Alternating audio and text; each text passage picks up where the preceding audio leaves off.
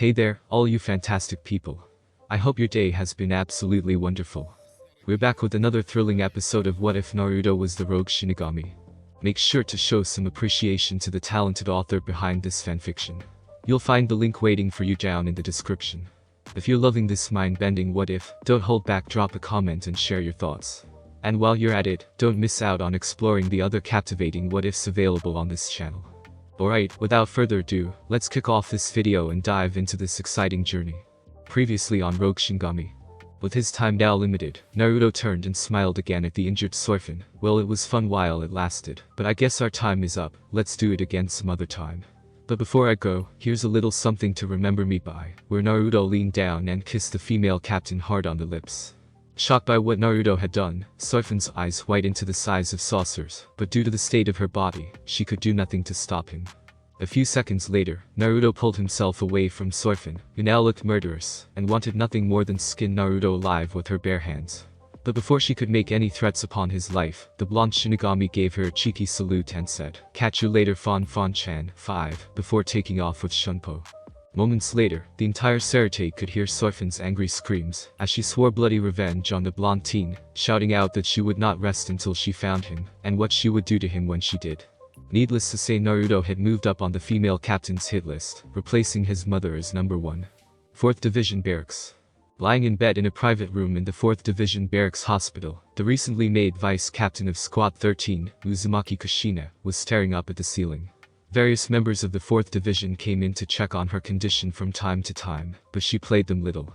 She had already been told by the 4th Division Vice Captain, Katetsu Aisane, that her injuries were not life-threatening, and that she would be able to leave few days.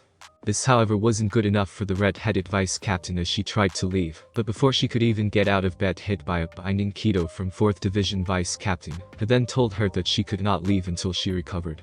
Unable to leave, Kushina was forced to settle to staring at the ceiling, and listening to the 4th Division running around their barracks, treating the various wounded, who were still coming in, judging by the sound of things. Ignoring the sounds, Kushina chose to focusing on what mattered the most right now, her son, Naruto. After waking up, Kushina first thought she had been seeing things and had just dreamed it all. But when she saw the state she was in, she knew she hadn't dreamed, and never felt happier despite her injuries. She had finally found her child. Well, to be exact, he found her. He was older now, no longer the crying infant she remembered him. He had Minato's bright blue eyes, but were shaped like hers, and his blonde spiky hair, with her face. He still even had the whisker-shaped birthmarks on his cheeks, which had faded over time, and could easily be missed if one was not looking carefully enough. However, as happy as she was when to have finally found him, it still left several questions, like how Naruto possessed the power of a Shinigami. Even if she believed what he told her about being a shinobi-shinigami hybrid, it still doesn't explain how he possesses the power. Another thing that puzzled her was who trained her son, as there was no way he could become that powerful all by himself. Whoever trained him was not only a skilled and powerful shinigami, but also a highly skilled Kido master, as Naruto's skill level with Kido was easily at the level of an expert, and was better than some captains. Just what the hell is going on? Kushina thought to herself, as the more she thought about it, the more frustrated she became. Knowing she wouldn't get any answer lying here, Kushina slowly pushed herself up and pulled the covers off, ignoring the pain coming from her body. She was going to find her son and get some answers. Because of the drugs the 4th Division members had given her, her body felt rather stiff, which was why her movement so slow. Removing the top portion of her robes, revealing the bandages wrapped around her chest, Kushina began to reach over to her uniform at the bottom of the bed. But before she could lift herself out of her bed, the door to her room suddenly opened, revealing Captain Yuki-take, of the 13th Division. "Hello Kushina-chan, how are you feeling? When I heard that you were injured I came here as quickly as I could." Whatever else the white hat captain was about to say was soon lost, as he finally took notice Kushina's state of dress, or lack of. Standing right behind the captain were also 3rd seat Ki and Katetsu, and 4th seat Sentaro Katsubaki, who only moment had been having a shoving match over who went through the door after Captain Yuki-take, but were now staring at Kushina with wide eyes and large blushes on their faces. Enter Bleachosity for daddy. For several seconds no one said or did anything and just stared at one another. Yuki-take was the first to regain his senses as a slight pinkness appeared on his cheeks. Raising his hands in denial, the captain tried to explain that he had no idea that she had been changing, and would not have entered had he known. But by that time it was already too late, as Kushina let out a high-pitched scream, while covering her bandaged chest with her left hand, and using her other hand to throw a metal bedpan at her captain. hitting him right in the forehead and leaving a large imprint on his head as he fell backwards. Acting quickly, both Kiin and Sentaro grabbed their captain and bid a hasty retreat as they dragged him back behind the door, away from the angry redhead, who was throwing everything she could get her hands on at them, which included several chairs and her bedside locker. When it appeared that Kushina had finally run out of things to throw at them, Yukitake peeked out from behind the door, hoping that she had finally calmed down to a point where he could apologize to his lieutenant and explain the misunderstanding. But no sooner had he popped his head out, the white-haired captain immediately regretted it when he saw the now energized and furious Kushina drawing her Zanpakuto and unleash her Shikai. "Captain," Kushina said slowly, her red hair flying wildly round with the same ferocity as the flames that now surround her, giving her a near demonic-like appearance, which was only highlighted by the red glow in her furious eyes. "You damn pervert.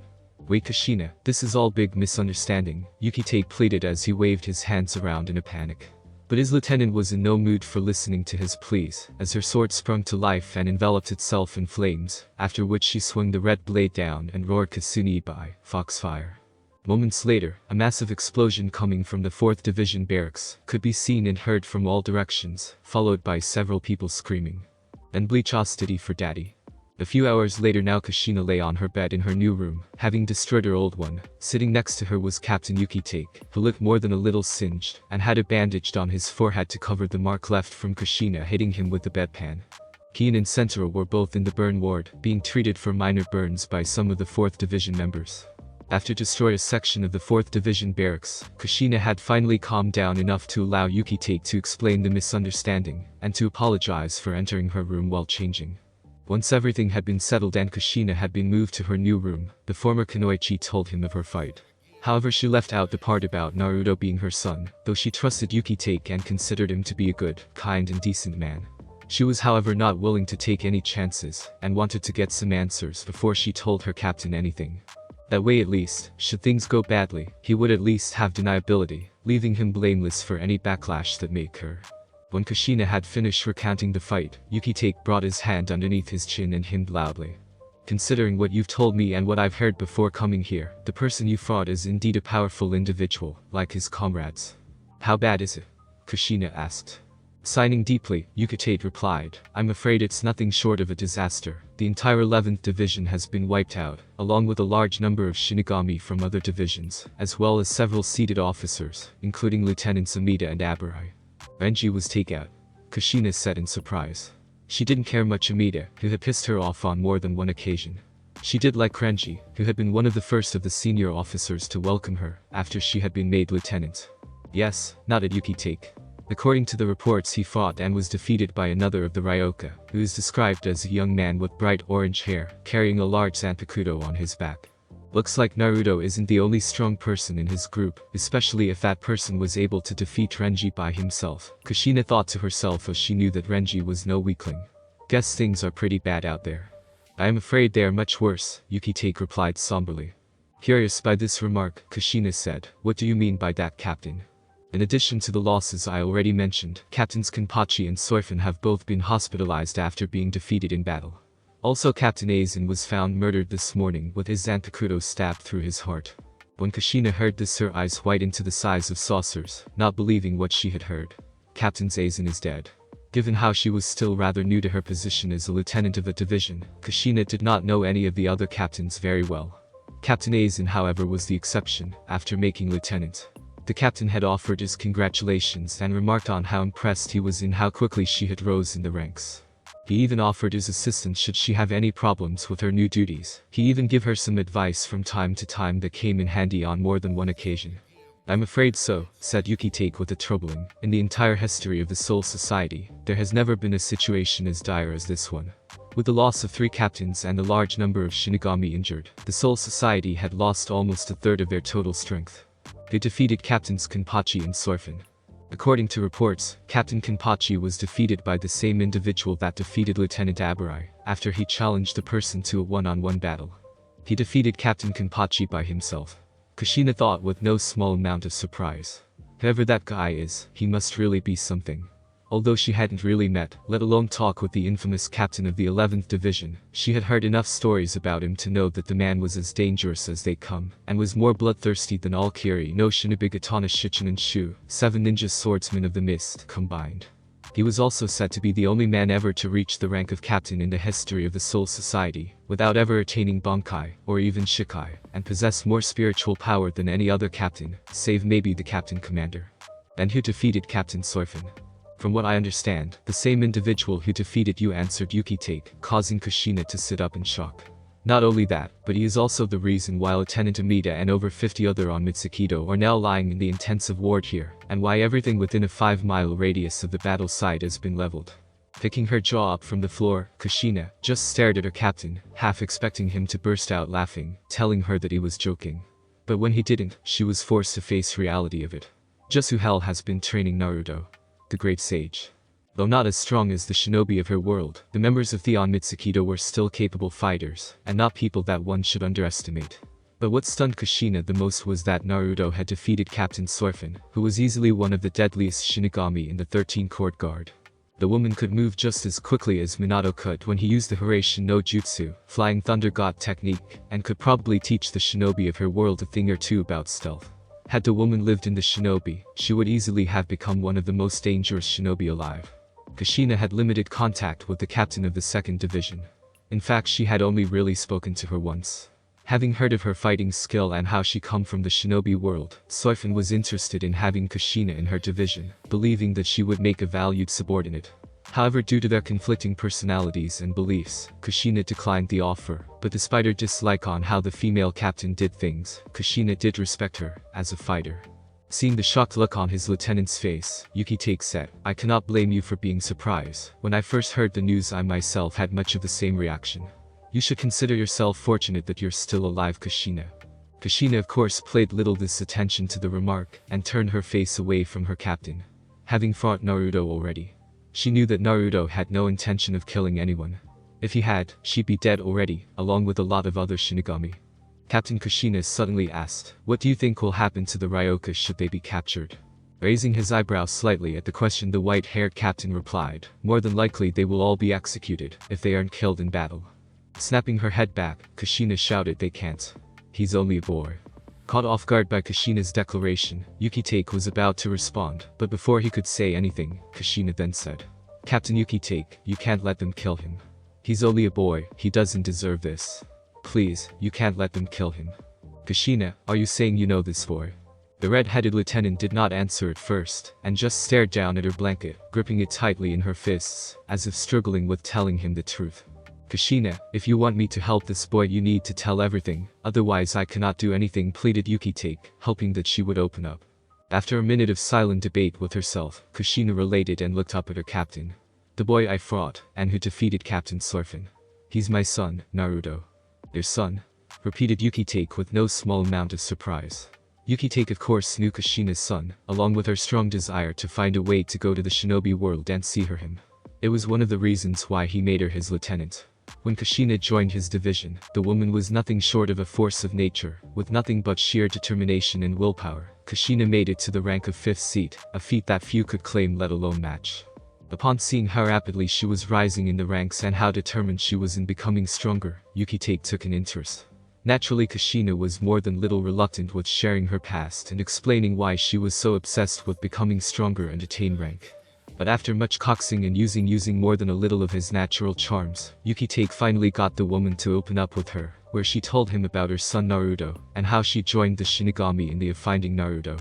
She then became determined to rise in the ranks of the Shinigami, after hearing how the shinobi world had been sealed off, where only high-ranking Shinigami were permitted to visit the world. Admiring her dedication in trying to get back to her son, Yuki Take offered her his assistance. He then began to help train her in awakening her Shinkai, and then later appointed her his lieutenant, once she had passed all the qualifications. "Are you certain it was him?" "I am not," at Kushina. "But how did he claim the power of a Shinigami? Did he die?" "No, he's alive, I'm certain of it." "How?" "Because he was able to use chakra, and only living shinobi can do that." "That still does not explain how he possesses the power of a Shinigami. It's been almost 30 years since the last Shinigami had been sent there. So he couldn't have been given the power by another Shinigami," said Yuki Take with a frown, since none of this made sense to him. "During our fight, he called himself a Shinigami-shinobi hybrid." Upon hearing this, Yuki Take's right eyebrow rose, indicating that the name meant something to him. "Does that name mean something to you, Captain?" asked Kushina, after seeing the white-haired captain's reaction. Yes, somewhat. Several centuries ago, the Research and Development Institute of the 12th Division began a project called Project Synthesis. The plan was to combine the power of chakra with a Shinigami, in the hope of creating what your son called a Shinigami-Shinobi hybrid, thus creating a new breed of more powerful Shinigami. So what happened to the project? Kushina asked, having never heard of the project until now. Not long after the project started, Central 46 ordered project to be halted due to ethical reasons, answered Yuki Take. What sort of ethical reasons? From what I was told, the reason was because the project leader began experimenting of living people, Yuki Take explained with some distaste, causing Kushina to gasp in horror. But before she can't say anything, Yuki Take continued with his story. After the project was shot down, Central 46 ordered that all Shinkamen leading to the shinobi world to be cut off, so to prevent another event like that from happening again. But how does this explain how Naruto gained the power of a Shinigami? Like you said, the project was shut down centuries ago before he was born, stated Kuhina. I'm afraid I cannot answer that, said Yuki Take as he shook his head. But it is the only thing that makes sense. Please, Captain, you have to help him. He doesn't know what he is getting himself into, Kushina pleaded. She already lost him once, she couldn't bear to lose him again. Unable to refuse Kushina's plea for help, Yuki Take nodded. Of course I will help you, he is your son after all. Thanking the kind-hearted captain, Kushina then asked, so what do we do first? We do nothing, Kushina replied Yuki Take as he stood up from his seat. I will look into the matter further, while you stay here and rest. But Captain. No arguments, Kushina, the white-haired captain said sternly. You're still recovering from injuries and are in no shape to do anything right now. But he's my son, you seriously can't expect to just lie here, argued Kushina. I understand your frustration, Kushina, but there is nothing you can do now, not when you are in this state. Kushina of course tried to argue further, but before she could say or do anything, Captain Yuki Take used a binding spell to force the woman back down the bed, keeping her from moving. Captain, shouted Kushina, as she struggled vainly against the spell her captain placed on her. I'm sorry, Kushina, but this is the only way I can make sure that you stay here. I promise I will do everything I can to save your son. As he left the room, the captain could hear his lieutenant calling out to him, demanding that he let her go. Ignoring her pleas, Yuki Take called over one of the 4th Division members and asked them to give Kushina something that would calm her down and let her get some rest. After the member nodded and left, the man let out a sad, tired sigh. I'm sorry, Kushina, but this is for the best. As made his way down the hall, the 13th Division captain began to plan on what he needed to do. The first thing he would do is talk Shunsei. He didn't like the idea of involving his friend into something that could get him into trouble, but he knew that if he was to have any chance of success, he needed Shunsei. But before that there was another member of his division whom he needed to see and needed his help. With Naruto. Moaned Naruto, as he slowly wrapped the bandages around his arms and waist. On the chance that he might be followed again, Naruto decided against going back to his original hideout. That way at least, if he was being followed, the injured Chad wouldn't be caught along with him. Once he found a safe place to head, Naruto began to treat his injuries. As he dressed his wounds, Naruto began to wish he had paid more attention to his mother's medical lessons. Although he had stopped the bleeding and bandaged his wounds, it was only a temporary measure where they would soon begin to bleed again. Taking 2 small bottles out from his medical pouch, Naruto took out a pill from each of the bottles and swallowed them individually.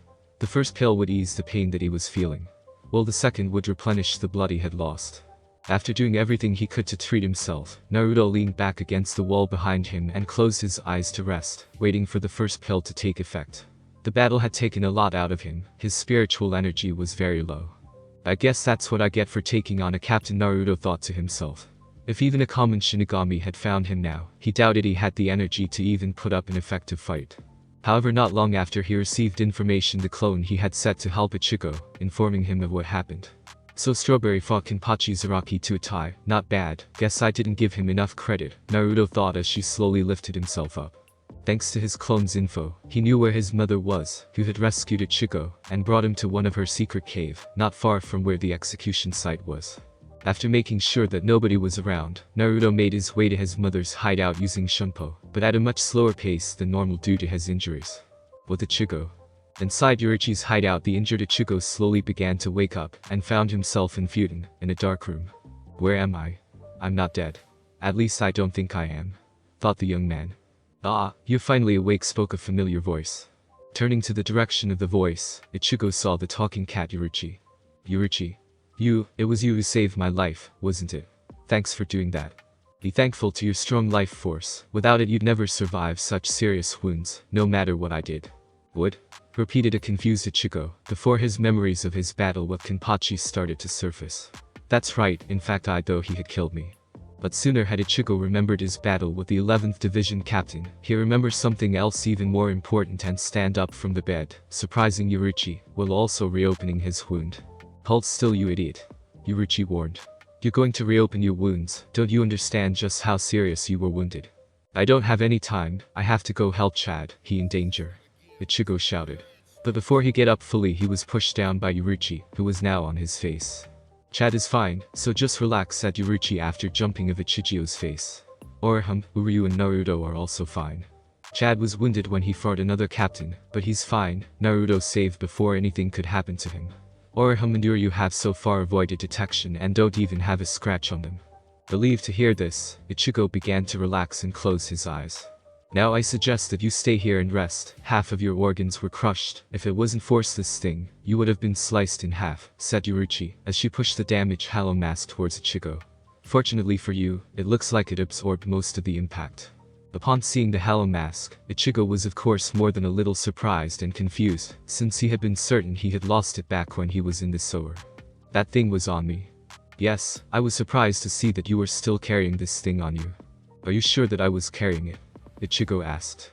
Curious by this statement, Yuruchi asked him why, where Ichigo began to explain how he had it when he fought Renji, and how it had saved him before. He then think it was some sort of good luck charm, but later lost it after Hinata threw it into the sewer water.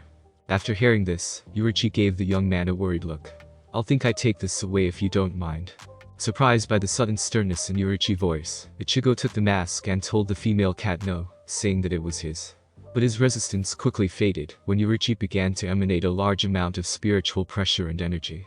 Hand the mask over now, ordered the black cat, giving the young Shinigami tiger-like glare that promised serve pain if he did not. Unnerved by this, Ichigo quickly complied and handed over the mask without any further argument. It's surprising, Ichigo said suddenly, causing Yuruchi to ask what he meant. I mean you carried me all this way by yourself, despite the fact that you're a cat and are so small. Oh that, replied Yuruchi, now understanding what he meant. Lifting things is no problem for me, once I return to my original form.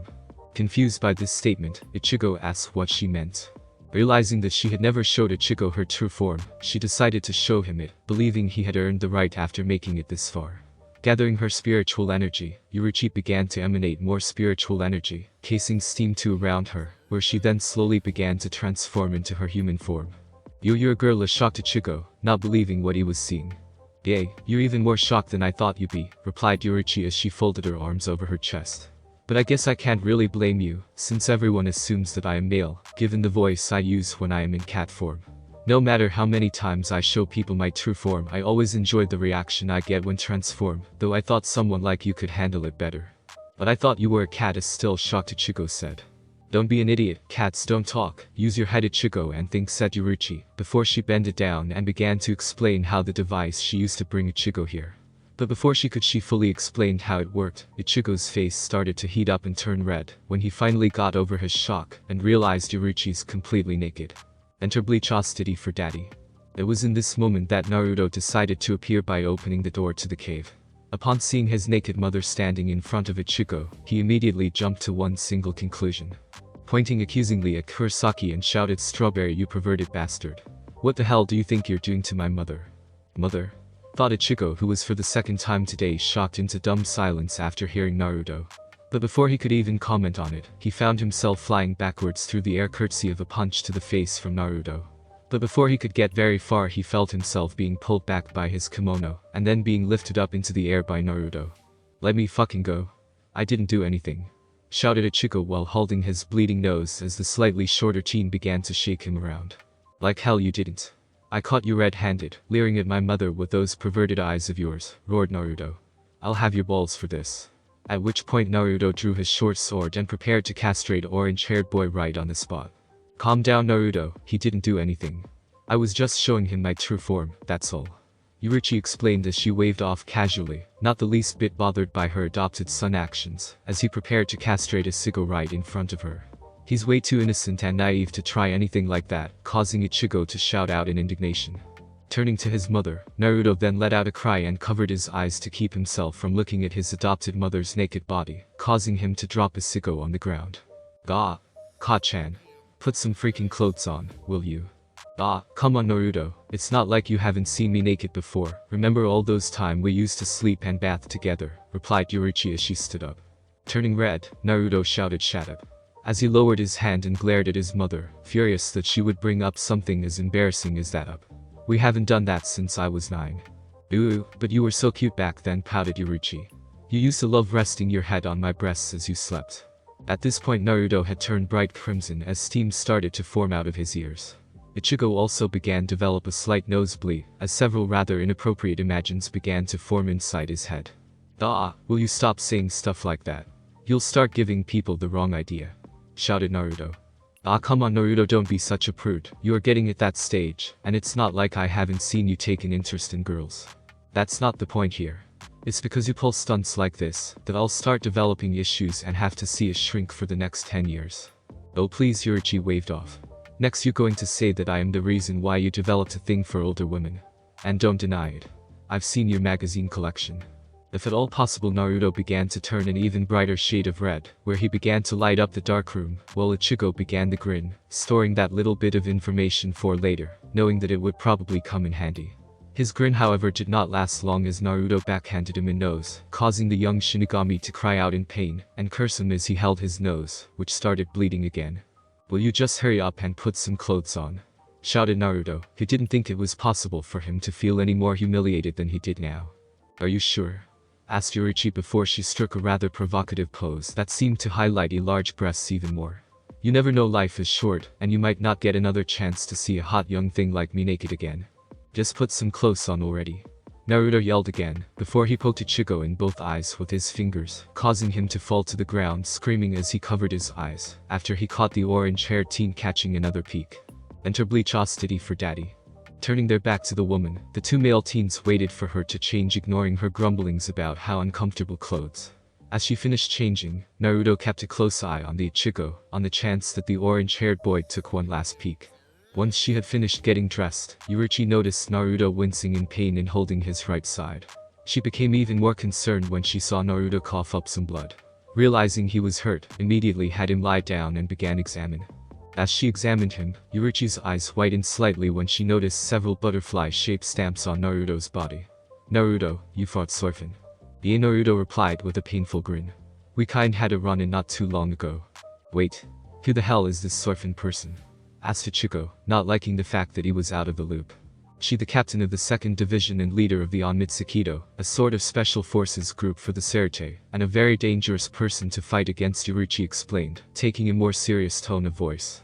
"She's also Mom's former student, back when she used to be captain of the 2nd Division," Naruto added. Stunned by this news, Ichigo quickly looked back at Yurichi. "Wait, hold on a sec. You were a captain?" Yurichi however was in no mood to answer Ichigo's questions, and waved him off, telling him that she would explain later, and asked Naruto to tell her everything about his fight with Sorfin while she treated him. When Naruto had finished telling her what had happened, Yurichi frowned after she finished treating him. Things had progressed much faster than she or Kisuke had predicted with Naruto and Ichigo's battles with Kenpachi and Sorfin. Ichigo's draw with Kenpachi was impressive, but still not impossible given their respected abilities. Naruto's defeat of Sorfin however was stunning to say the least. Though she had trained Naruto, she never thought it possible for him to able to defeat an opponent like Sorfin. "You should consider yourself extremely lucky, Naruto." Lifting himself up slowly, Naruto groaned, as his body still ached. "Well, I don't feel that lucky," he muttered. According to his mother, he had 2 bruised kidneys, 8 broken ribs, another 2 cracked, a punctured lung, a fractured arm, and lacerations across much of his body. Even after his mother's treatment, it would be a while before he would be 100% again. "Well, what would you expect after fighting a captain? Did you think you could walk away without some injury? Though I am still surprised that you were able to defeat her. Even if Sorfin had underestimated you and had been caught off guard by your ninjutsu, I wouldn't have thought that would be enough for you to defeat her. It probably helped that she wasn't trying to kill me for most of the fight. She wanted me alive to interrogate, as she seemed really pissed at you for some reason, and demanded that I tell her where you were after she realized that you trained me." I see, nodded Yurichi, as that made sense. If Sorfin lacked the intent to kill Naruto, it would certainly give him the extra edge he needed to defeat her. A word of warning, Naruto, next time you have a run-in with Soifin, run, she won't make the same mistake twice. Nodding, Naruto then asked, hey mom, can I ask you something? Sure. When the hell are you going to teach me Shinko? Flash cry. Ha. I mean, come on, you taught Fran-chan, but you won't teach your own son. I've been asking you for years to teach me that. Soifin knows Shinko, Yuruchi replied in surprise. Oh please, like you didn't know, Naruto huffed childishly. You told me you never taught anyone it, but Soifin used in our fight. I'm sorry Naruto, but I didn't teach Soifin Shinko, she must have learned it herself. Folding his arms, Naruto just huffed, yeah right, just like you said that didn't eat the last ramen cup in the fridge before you left. Oh please, you still not on about that, groaned Yuruchi as she rolled her eyes. It was my last ramen cup, shouted the blonde angrily. This continued for several minutes as the two began to argue over domestic issues, like whose turn it was to put out the trash and wash the dishes, along with what groceries to buy, and forgetting to put the toilet set down. It only came to an end when Ichigo intervened after finally having enough with the utterly pointless topic, not to mention the fact that he was being completely ignored by both Shinigami. After putting aside their domestic issues for the time being, Naruto and Yuruchi turned the orange-haired teen, and were about to answer some of the question he had. But before they could, all three of them suddenly felt a strong spiritual pressure. Whoa, whoever this pressure belongs to, he's powerful, Naruto said to himself. I know this spiritual pressure. It's him, declared Ichigo. It's coming from the Senzakyu, Shrine of Penitence, said Yuruchi, as like Ichigo she recognized this spiritual pressure. Jumping out of his bed, Ichigo grabbed the flying device Yuruchi had used to carry him. Seeing this, Yuruchi yelled, Ichigo stop. I can't, countered the young man, the tower is where I told Ganju and Hinataro to go to, I have to get there to save them. What good do you think you can do in your condition? Mom's right, Ichigo's, both of us barely survived our own fights with the captain, we can't help to beat another, as we are now, warned Naruto. Well, who else will save them if I don't, retorted Ichigo before he channeled his spiritual energy into the device, causing it to wrap around his arm and produce a large bat-like wing, allowing him to take off. Racing after him, Yuruchi and Naruto could only watch as Ichigo flew away. Damn that idiot, cursed Yuruchi. He's just as foolhardy and stubborn as you were, should I say still are. Hey, well at least I'm better looking, countered Naruto, which caused his mother to give him a stern glare that said this was not the time for jokes. Signing, Yuruchi then said, come on, let's go and save that moron, before he gets himself killed. Nodding, Naruto and his mother disappeared and reappeared on the forest below, racing across the three tops at top speed. Senzakyu. Falling to the ground, Shiba Ganju held his bleeding arm, while the captain of the 6th division walked away from him, and headed for Rukia and Hinataro. Hey, where the hell do you think you're going? Ganju called out as he slowly stood back up. Apparently I did not make myself clear earlier, I spared you and told you to be gone, Byakuya replied coldly as he glanced back at the injured Ganju. Haha, maybe you noble families you have cowards who would run away from a threat like that, but no man of the Shiba clan ever would, declared Ganju. At the mention of the Shiba clan, Byakuya's eyes whitened ever so slightly, though no one else ever saw it. I see you're from the Shiba clan, forgive me for going easy on you. Drawing his blade, the Kichiki clan held it up to his face. Now I'll make sure that you don't leave this place alive. Scatter Senbonsakur, 1,000 cherry blossoms. After triggering his Zanpakuto's Shikai, Byakuya's sword evaporated into 1,000 small pink sakura-like petals blades. Confused by what was happening, Ganju could only say, what the hell? His blade just disappeared. What's going on? Knowing what was going to happen, Rukia tried to warn Ganju, telling him to run away. But it was already too late by then as the Byakuya's blades surrounded him. Before he even knew what happened, Ganju covered lacerations as Byakuya's blades cut through him from all sides. After he had defeated Ganju, Byakuya turned to Hinataro, intending on finishing him off as well. When she saw this, Rukia attempted to intervene by shielding the young Shinigami with her own body, while pleading with her brother to stop. However, before Byakuya could finish the attack, he found his arm being grabbed by someone, stopping him. Turning, Byakuya was surprised to see that the person was Captain Yuki-take, who just smiled and said, My, that was rather close. Don't you think that is enough for one day, Captain Kichiki? Captain Yuki-take, said Rukia with some surprise at seeing her division's captain, though at the same time felt somewhat relieved. Hey there, Rukia. The still smiling Yuki-take greeted. It's good to see you, are you alright? What think you are doing, Captain Yuki-take? Byakuya asked coolly. Oh, well, I could ask you the same thing, Captain Kichiki. Releasing one's Shikai in a place like this is a first-class offense. Even if it was for the sake of repelling Ryoka, what were you thinking? By special wartime order, the release of Shikai and Bankai has been permitted. Special ordered. Yuki-take repeated in surprise, now only hearing of this. So the Ryoka invasion really have gotten that serious. Before Byakuya could respond to this, the two captains suddenly felt a tremendous spiritual pressure approaching them. Surprise, Captain Yukitake began to look around for the source of the spiritual pressure. What spiritual pressure is this? Clearly it is at the level of a captain, but I don't recognize the pressure. Feeling the spiritual pressure, Rukia's entire body began to shake, but unlike the two captains, she recognized the pressure. This spiritual pressure. Impossible. Within moments of sensing the spiritual pressure, a large object flew up from below the Senzakyu and landed next to Rukia, Hinataro. Ichigo, said Rukia, unable to say anything else as she still couldn't believe that Ichigo had made it all the way here, while at the same time become so strong in such a short amount of time. But instead of greeting her, Ichigo calmly walked past her to Hinataro and asked how he was. After Hinataro had told him he was fine, Ichigo went over to Rukia. I've come to get you out of here. Because of the overwhelming emotions she was feeling right now, Rukia said nothing and just stared at Ichigo, looking like she would burst into tears at any second. TSK, what kind of look is that? I came here to save you, you can at least look happy to see me, said Ichigo with annoyed look. But as annoyed as he looked, inwardly he was feeling more than a little uncomfortable, since he was not good with dealing with emotional girls, and didn't know how to respond correctly. You fool Ichigo, Rukia said suddenly, surprising the orange-haired boy. I told you never to try and come after me, I told you I would never forgive you if you did. Now you're all caught up and there is still worse yet to come. It was at this point that Rukia finally broke into tears, where Ichigo then noticed the injured Ganju lying on the floor, covered in blood and cuts with Captain Byakuya and Yukitake standing over him. That may be so, you can yell at me about coming here at some other time. After I have defeated him, replied Ichigo as he stared directly at Byakuya who stared right back at him. Ichigo, began Rukia, but before she could say anything more, Ichigo cut her off. What? Did you really think I would give up after coming all this way? Because I won't, so don't even ask me. I came here to save you, and that's just what I am going to do.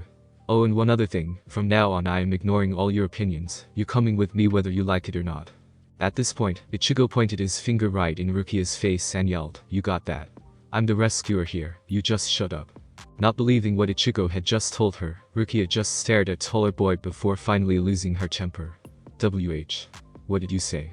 Who the hell do you think you are ordering me around like that? A rescuer doesn't ignore the rescuee's opinion. Oh yay, responded Ichigo, who was also now losing his temper. What kind of rescuee complains about the rescue?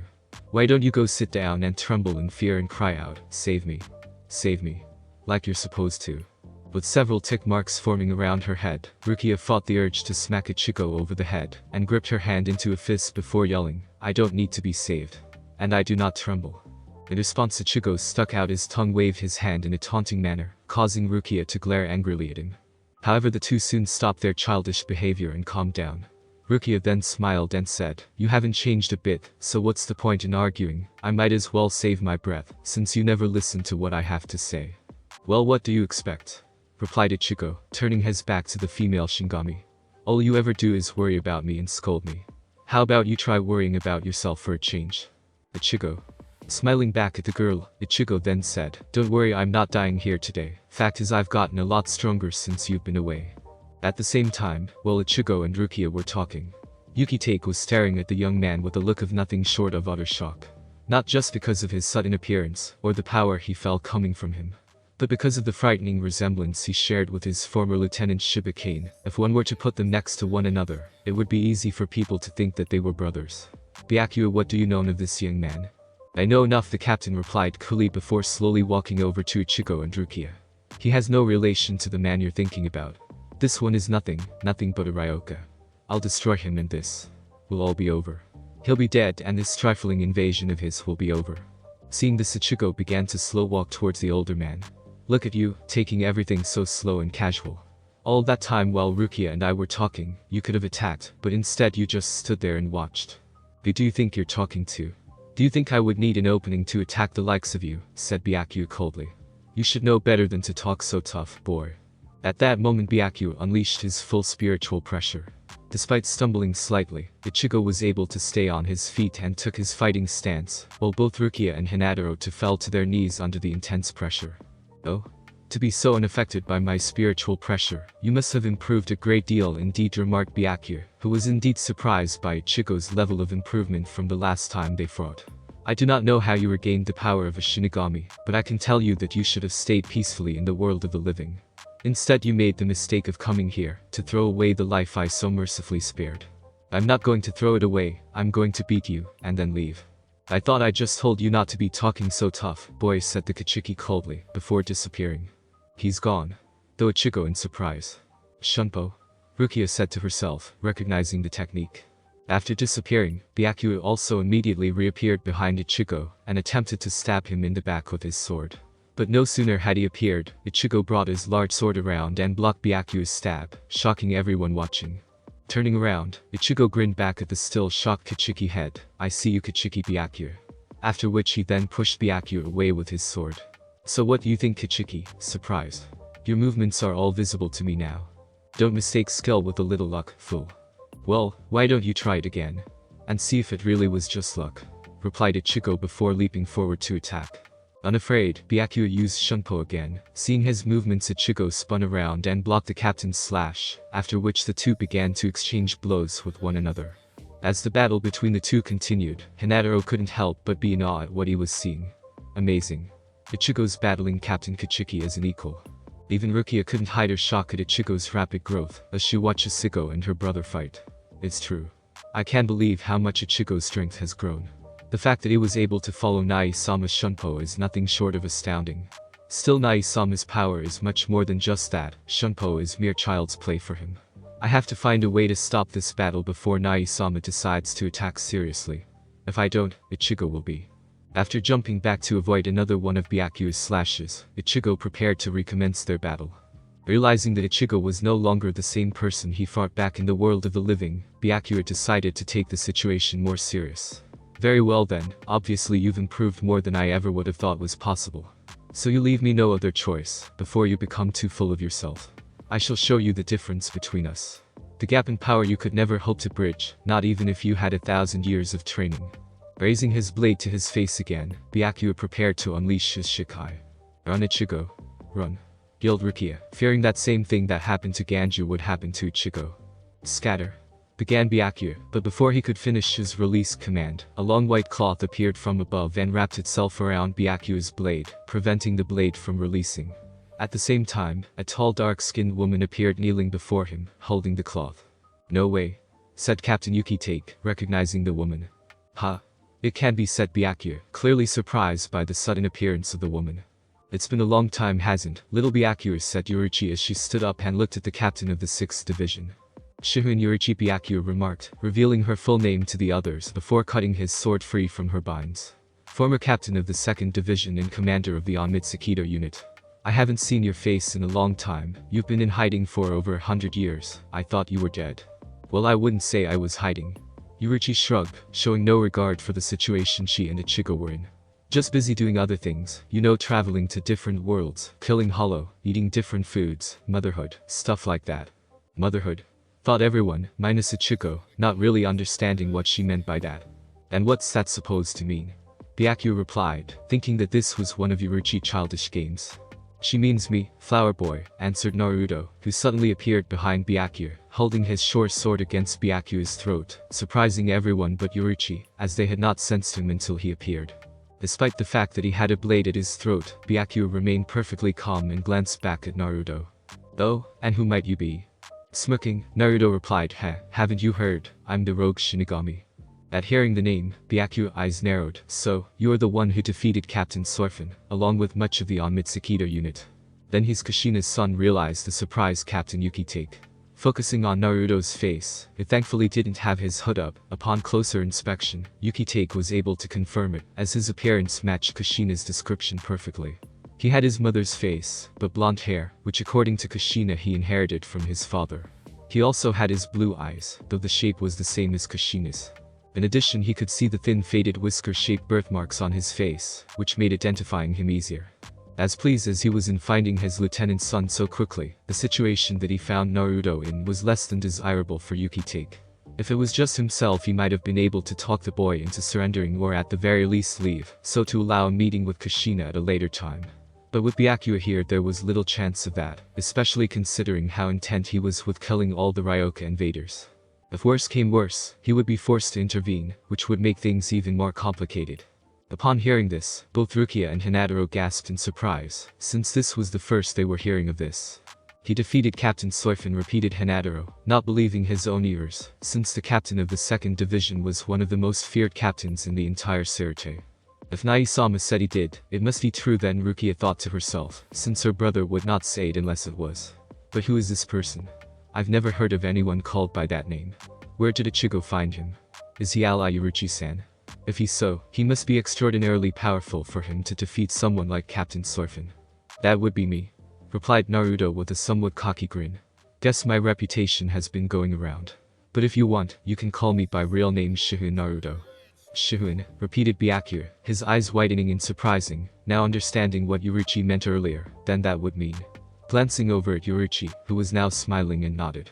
Originally she had planned to keep the fact that Naruto was her son a secret, so to prevent the Soul Society from coming after him too hard. But now that she had revealed herself, and with his recent defeat of Soifin, there was no point in hiding it, since Naruto would already be a major target for the Shinigami. That's right, he's my son. Her son? Thought both Rukia and Hinataro in amazement. However, not everyone took Uruchi's words so literal, as Yukitake knew the truth. Her son, eh? Well, that certainly explains some things. I'm guessing that at some point Uruchi must have taken the boy in. Thought Yukitake couldn't help but smile in amusement at the whole thing. 100 years ago, if someone had told him that Shihun Uruchi would take in a child and become a mother, he would have told them they were drunk, crazy, or both, since the idea of Uruchi a mother was laughable to say the least. Still, what are the odds that Uruchi of all people would adopt the son of my lieutenant? Fate certainly works in mysterious and amusing ways. Your son? Byakuya repeated, still not quite believing it. I must confess, I would never have conceived even the very notion of you having a child, let alone a son, possible had you not just admitted it now. Well, what can I say, we all gotta grow up sometime, shrugged Uruchi. Even a hot little thing like me has to think about the future eventually. Then it would seem that I will have to eliminate your son along with you. Wow, someone is fiend cocky, Naruto smirked, while keeping his blade close to Byakuya's neck.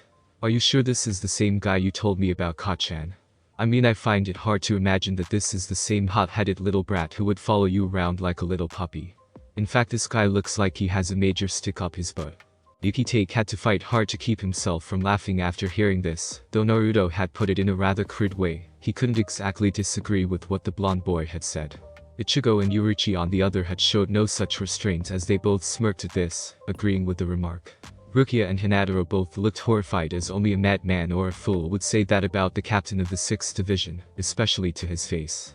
Glancing back at Naruto, Byakuya gave Naruto a hardened glare that would have sent most Shinigami running.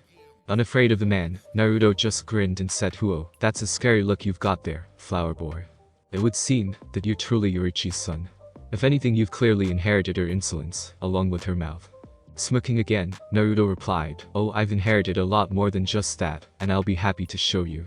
But just as Naruto was about to move his blade closer to Byakuya's throat, the Kachiki clan had disappeared and reappeared behind Naruto, surprising the blonde boy.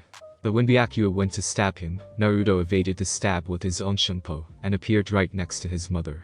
Fast, Naruto thought with some surprise. He might almost be as fast as Fan-Fan-chan, Naruto's nickname for Soifin. Impressive speed, Yukitake remarked silently. Uruchi has clearly taught the boy well.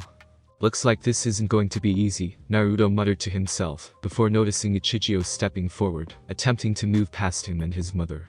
Uruchi, Naruto, you both came here to rescue me, I realize that. I appreciate it, but at the moment I need you both to step aside so that I can beat this guy. Beat him? Repeated Uruchi. You think you can beat him? You're a fool. The next thing Ichigo knew, Uruchi disappeared and reappeared right in front of him, hitting the orange-haired teen right in the stomach, surprising everyone around. What are you doing, Uruchi? Ichigo cried before losing consciousness, allowing Uruchi to catch him as he fell forward. It's a drug, isn't it? Yukitake said suddenly, causing everyone, minus the unconscious Ichigo, to look at him. A powerful anesthetic may be gave near Hoten, forced directly into his body, to try and save him. What do you intend to do with him, Uruchi? Uruchi of course did not respond, instead she just stared at her former comrade with a blank look. You shouldn't waste your time trying to save him, Byakuya said, while slowly move closer to the three. None of you will be leaving here alive. Naruto was right about you, little Byakuya. You certainly have gotten a lot cockier from when I saw you last, smirked Uruchi. And yet I don't believe you have ever once beaten me in a game of tag. In fact, I doubt you could even beat Naruto here. "Shall we give it a try then?" retorted Byakuya before using Shunpo to attack Naruto and Yuruchi, who was still carrying the unconscious Ichigo. However, as soon as he reappeared, both Naruto and Yuruchi had disappeared and appeared behind him. Sensing this, Byakuya spun around and attempted to slash them with his sword, but Naruto blocked this with his blade, allowing Yuruchi to jump back. But no sooner had she done this, Byakuya now appeared behind her. When Yuruchi spun around, Naruto appeared in front of her and charged him head-on with his short sword. Unafraid of the attack, Byakuya allowed the young boy to get closer before cutting him down in a shower of blood with one swift slash. However, it distracted him long enough to allow Yuruchi to move past him to the other end of the bridge. But as soon as Yuruchi's feet had touched the floor, Byakuya appeared in front of her. "Did you really think you could escape me with a Shunpo that slow?" the man asked coldly before slashing Yuruchi and Ichigo with his sword. However, no sooner had he done this, Yuruchi and Ichigo faded away. After which he then heard Yuruchi's voice coming from behind him. "Did you really think you could catch us with Shunpo that predictable?" Glancing back, Byakuya saw Naruto and Yuruchi standing behind him, smirking. It was in that moment that one word popped into Byakuya's head: Utsusemi, cicada, where he realized he had been tricked. Using Shunpo again, Byakuya spun around and caught all three Shinigami with one quick succession. This time the bodies did not fade away and fell to the ground with a loud thud, indicating that they were real, but when he turned to inspect them, the bodies exploded in several large clouds of smoke, baffling everyone there, especially Byakuya. "Whoa, that was pretty close," spoke a familiar voice from above. Looking up to the direction of the voice, Byakuya and the other could see Naruto and Yuruchi standing atop a nearby rooftop, smirking down on them. 3 days. In 3 days I will make this boy and my son stronger than you, Kichiki Byakuya. Until then consider your fight with Ichigo postponed, spoke Yuruchi. But feel free to chase after us if you like, Flower Boy, added Naruto with a cheeky salute before he and his mother disappeared with the still unconscious Ichigo. "Looks like they got away," commented Yuki-take, who sounded somewhat amused by the whole debacle. "That clone technique they used at the end looks like it can come in pretty handy in a tight spot. I was completely fooled until they disappeared. I'm assuming that was one of the shinobi techniques Kushina told me about." After finishing his musing, Yuki-take noticed that Byakuya had already left, leaving him alone with the bleeding Ganju, the stunned Hinataro and unconscious Rukia, who fainted after the excitement of the whole thing finally died down. "Typical," muttered the annoyed white-haired captain, realized that Byakuya had left him here to clean up the mess. After sending word to the 4th Division to come and pick up the wounded Ganju, Yuki-take lifted Rukia into his arms and carried her back into the tower, but not before promising her that he would get to the heart of the matter and find out the truth. Once Rukia was back in his cell and the 4th Division members had taken Ganju, Captain Yuki-take led Hinata away, where he told the young Shinigami that he would do all he could to help him and the others. Thanks for listening. I do hope you enjoyed it. If you want the next part of this video, like, subscribe and comment down below and turn on the bell notification. And also check out other videos that I have created and enjoy. See you in the next video. Peace.